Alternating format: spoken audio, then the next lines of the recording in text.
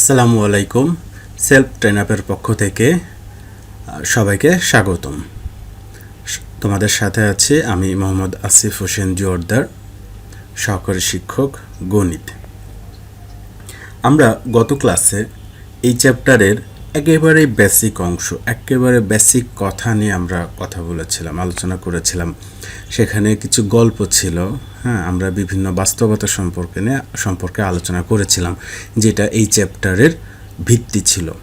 ওকে, অর্থাৎ গত ক্লাসে আমরা আলোচনা করেছিলাম যে এই এক্স ওয়াই কীভাবে আসে, কিভাবে লিখতে হয়, এদিকে প্লাস মাইনাস কোনটা কোন দিকে যাচ্ছে সেটা কিভাবে লিখতে হয়, এইসবগুলো। ওকে, শুধু এইটুকুই আলোচনা করেছিলাম। আচ্ছা, আজকে আমরা আর একটু বেশি কিছু আলোচনা করব।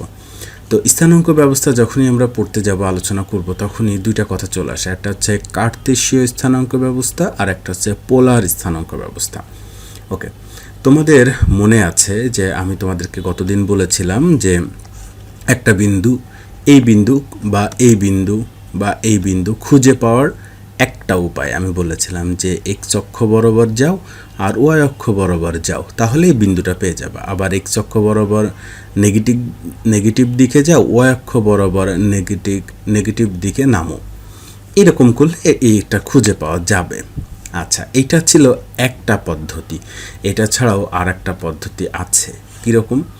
যে আমি বলি যে এই বিন্দুটা খুঁজে পাওয়ার আর একটা ভালো পদ্ধতি আছে, এরকম যে তুমি এক্স অক্ষ যেটা আছে এই অক্ষের সাথে একটা নির্দিষ্ট কোণ করে আগাও, একটা নির্দিষ্ট কোণ করে আগাতে থাকো, হাঁটতে হাঁটতে কত দূর যাবা? মনে করো যে আর পর্যন্ত যাবা, এবং মনে করো যে 30 ডিগ্রি কোণ বা থিটা ডিগ্রি কোণ করে তুমি হাঁটতে থাকছো, তাহলে দেখো নির্দিষ্ট এই বিন্দুতে তোমাকে পৌঁছিয়ে দেওয়া সম্ভব। অর্থাৎ তোমাকে যদি এই কোণের মান এবং কতটুকু যাবা এইটা যদি তোমাকে বলে দেওয়া হয়, তাহলে তুমি নির্দিষ্ট বিন্দুতে পৌঁছাতে পারবা। আমাদের আগের কথাটাও কিন্তু তাই ছিল, যে তোমাকে যদি বলে দেওয়া হয় এক্স অক্ষ বরাবর কতটুকু যাবা এবং ওয়াই অক্ষ বরাবর কতটুকু যাবা, তাহলেই কিন্তু তুমি নির্দিষ্ট বিন্দুতে পৌঁছাতে পারছিলে। এখনও তাই, এখনও তোমাকে 30 ডিগ্রি আর মনে করো যে 5 মিটার এটা যদি বলে দেওয়া যায়, তাহলে তুমি কিন্তু এই যে আর থিটা, এটাকে আমরা সচরাচর এইটাকে যেরকম এক্স ওয়াই দ্বারা প্রকাশ করি, এটাকে আর থিটা দিয়ে প্রকাশ করি। এইটার নামই হচ্ছে পোলার স্থানাঙ্ক ব্যবস্থা। আর এইটা হচ্ছে কার্তেশীয় স্থানাঙ্ক ব্যবস্থা, কার্তেশীয় স্থানাঙ্ক আর পোলার স্থানাঙ্ক। ওকে, এখন একটা জিনিস খেয়াল করো, আমি যদি তোমাকে এখন এই বিন্দুটা দিয়ে বলি যে এইটার কার্তেশীয় ব্যবস্থায় হচ্ছে এর স্থানাঙ্ক এক্স ওয়াই, তাহলে পোলারে কত হবে? কারণ একটা সহজ হিসাব যেটা, এইটা যদি কার্তেশীয়তে আমি বুঝাই দিতে পারি, ডেফিনেটলি এটা যদি আমরা এর মূল বিন্দু আর ওটা যদি যোগ দিই, তাহলে এটা নিশ্চিতভাবে একটা কোণ পাওয়া যাবে। ঠিক আছে, তা আমাদেরকে এই কোণের মান আর এটা কতটুকু দূরত্ব আছে সেই দূরত্বটা আর এর মান, এই দুইটা মান যদি আমরা বের করে দিতে পারি, তাহলে আমরা বলতে পারবো যে হ্যাঁ, এটা হচ্ছে রিলেশন, মানে আর থেকে এক্স বা থিটা থেকে ওয়াই বা দুটার সাথে মিলায়ে একটা রিলেশন আমরা বের করতে পারবো। এই রিলেশনটা হচ্ছে তোমাদের পরীক্ষায় আসার মতো গুরুত্বপূর্ণ। ঠিক আছে, অর্থাৎ এই যে কার্তেশীয় এবং পোলার স্থানাঙ্কের সম্পর্ক। ওকে, আমি সম্পর্কটা কিভাবে আসলো সেটা আজকে দেখাবো না। যদি তোমরা ওইটা দেখতে চাও তাহলে কমেন্টে জানাবা, আর যদি না দেখতে চাও, যদি শুধু সূত্র ধরে করে চলে যেতে চাও, তাহলেও কোনো সমস্যা নেই। তাহলে অ্যাটলিস্ট আমাদের জানার একটু কমতি থাকতে পারে, কিন্তু অঙ্ক পারার ক্ষেত্রে কোনো কমতি থাকবে না। আচ্ছা, সম্পর্কটা আমি যেটা বলছিলাম, আর হচ্ছে পোলার, আর এক্স আর ওয়াই হচ্ছে স্থানাঙ্ক, তার একটা রুট, অর্থাৎ আর সমান x square plus y square. এইটাই হচ্ছে স্কেলার বলছি, এটা কি বলো, কার্তেশীয় থেকে পোলারে যাওয়ার একটা রিলেশন। অর্থাৎ তোমার যদি একটা বিন্দুর স্থানাঙ্ক 4 আর 5 দিয়ে দেয়, এক্সের মান 4 আর ওয়াইয়ের মান 5 যদি দিয়ে দেয়, তাহলে তুমি বলতে পারবো ওখানে আর কত হবে। তুমি তখন আর বলতে পারবা 4 স্কোয়ার যোগ 5 স্কোয়ার সমান এদিকে 16 যোগ 25, এইটার স্কোয়ার করলে যা হয় সেটা। এই দেখো আর এর মান তুমি বের করে ফেলতে পারলে। ওকে, আমাদের তো শুধু আর বের করলে হবে না, আমাদের তো থিটাও বের করা লাগবে। ঠিক একই স্টাইলে থিটা বের করার মতো একটা রিলেশন আমাদের কাছে আছে। সেটা কীরকম? ট্যান থিটা সমান y by x. Y by x, এটা যেন মাথায় থাকে, অবশ্যই ওয়াই আগে, উপরে নিচে এক্স। ঠিক আছে, ওয়াইকে আমরা কোটি বলি, কোটি, আর এক্সকে আমরা ভুজ বলি, কোটি বাই ভুজ। ঠিক আছে, অবশ্যই ট্যান থিটা কোটি বাই ভুজ। এখন আমার তো বলেছে থিটার মান বের করতে, তো আমি ট্যান থিটা কেন বের করতেছি? আসলে ট্যান থিটা যদি বের করা যায়, যদি এরকম হতো ট্যান থিটা যদি বের করা যায়, তাহলে ওখান থেকে থিটা সমান বের করা যায় এভাবে, ট্যান ইনভার্স 4/5। এখন বিষয় হচ্ছে যে তাহলে স্যার এই ইনভার্স কীভাবে বের করব? এই ইনভার্স আমরা ক্যালকুলেটর দিয়ে বের করতে পারি। তোমাদের যে সায়েন্টিফিক ক্যালকুলেটর আছে সেই ক্যালকুলেটরে শিফট চেপে এই যে ট্যান চাপ দিবে, এই যে ট্যান, এই দেখো ট্যান ইনভার্স চলে আসছে। তাহলে 4/5 দিয়ে ব্র্যাকেট ক্লোজ করে দাও, ব্র্যাকেট, হ্যাঁ, এই যে ফাইনাল ব্র্যাকেট ক্লোজ করে দিলাম। ট্যান ইনভার্স 4/5 দিয়ে এখন যদি তুমি সমান চাপ দাও, এই দেখো 38.65 ডিগ্রি। এই হচ্ছে আমার আনসার, 38.65 ডিগ্রি। ঠিক আছে, তার মানে এটা সমান কত? 38.65 degree.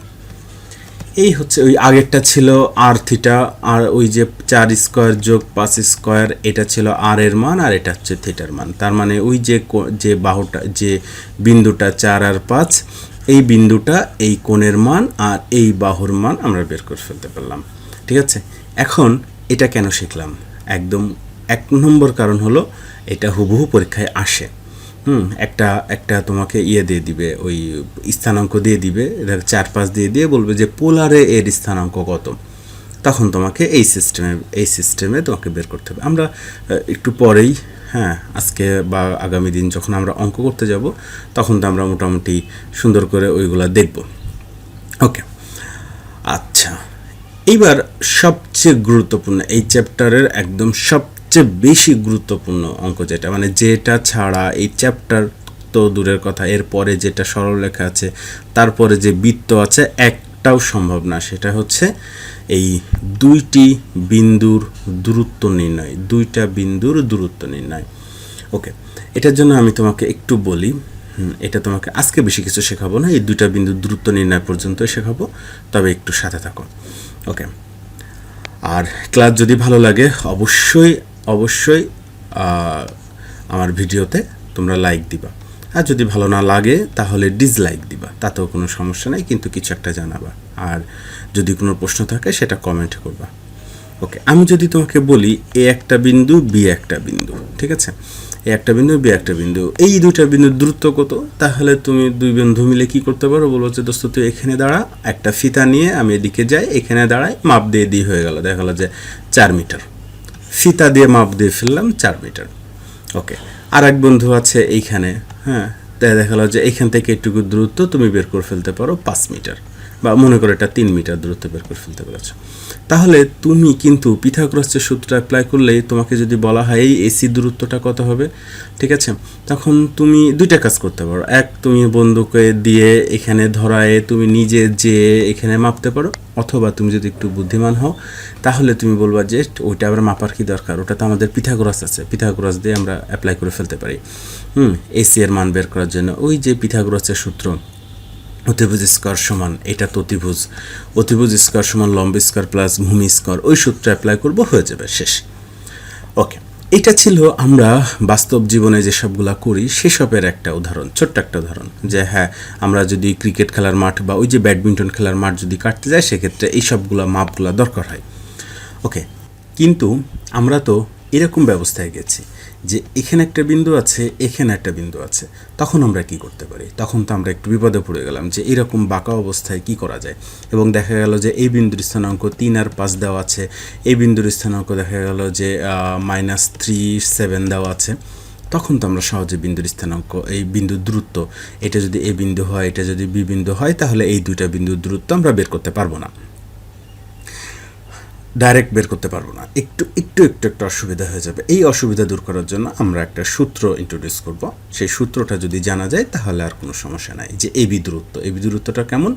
√, Root over x1 minus x2 whole square plus y1 minus y2 whole square. এখন কথা হচ্ছে যে x1 x2 y1 y2 কী জিনিস? এই যে আমরা এইটাকে x1 এটাকে y1 ধরতে পারি, এটাকে x2 এটাকে y2 ধরতে পারি, ঠিক আছে? এটা আমাদের ধরা, মানে যে কোনো সাধারণ বিন্দুকে আমরা x1 y1 এরকম করে ধরতে পারি। তো আমরা সেই হিসাব করে ধরে দিয়েছি, আর কিছু না।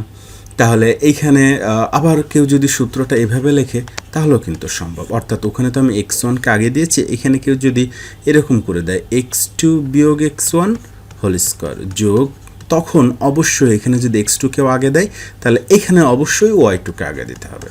এই যে এইভাবে লিখলেও হবে, কোনো সমস্যা নেই, এই দূরত্ব। তাহলে x2 কত? x2 হচ্ছে -3, তাহলে আমার এখানে হচ্ছে -3 চলে আসলো, -3, ওকে।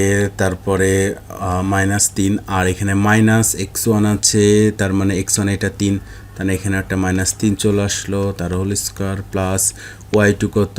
y2 হচ্ছে 7, y1 কত? y1 হচ্ছে 5 চলে আসলো, তার হোল স্কোয়ার চলে আসলো। তাহলে এটাকে আমরা এখন কিভাবে লিখতে পারি? এটাকে এখন আমরা লিখতে পারি হচ্ছে যে -6 তার হোল স্কোয়ার যোগ, আর এটা হচ্ছে 2 তার হোল স্কোয়ার। তাহলে আমরা কি লিখতে পারি? -6 এর হোল স্কোয়ার করলে 36, আর 2 এর স্কোয়ার করলে 4, তার মানে √40। এইটাই হচ্ছে দূরত্ব, √40। এই যে অংশটা আমি এখন শেখালাম, দুইটা বিন্দুর দূরত্ব, এইটা অতিরিক্ত মাত্রায় গুরুত্বপূর্ণ এই পুরো চ্যাপ্টারের জন্য। পুরো এই চ্যাপ্টারের জন্যই না, এটার পরে সরলরেখা, সরলরেখার পরে বৃত্ত, সবার জন্য স্থানাঙ্কর ভিত্তি বলা যায় যে এই এবি এর সূত্র আমরা এভাবে বলি দূরত্ব সূত্র, x1 minus x2 whole square যোগ y1 minus y2 whole square. কোনোভাবেই যেন এটা মাথা থেকে না হারিয়ে যায়। যেরকম a plus b whole square, এই সূত্র যেরকম সবসময় মাথায় থাকে, স্থানাঙ্ক করতে হলে এই সূত্রটা সবসময় মাথায় রাখতে হবে, এটা যেন কোনোভাবেই মাথা থেকে না হারায়। তো আমি তোমাদেরকে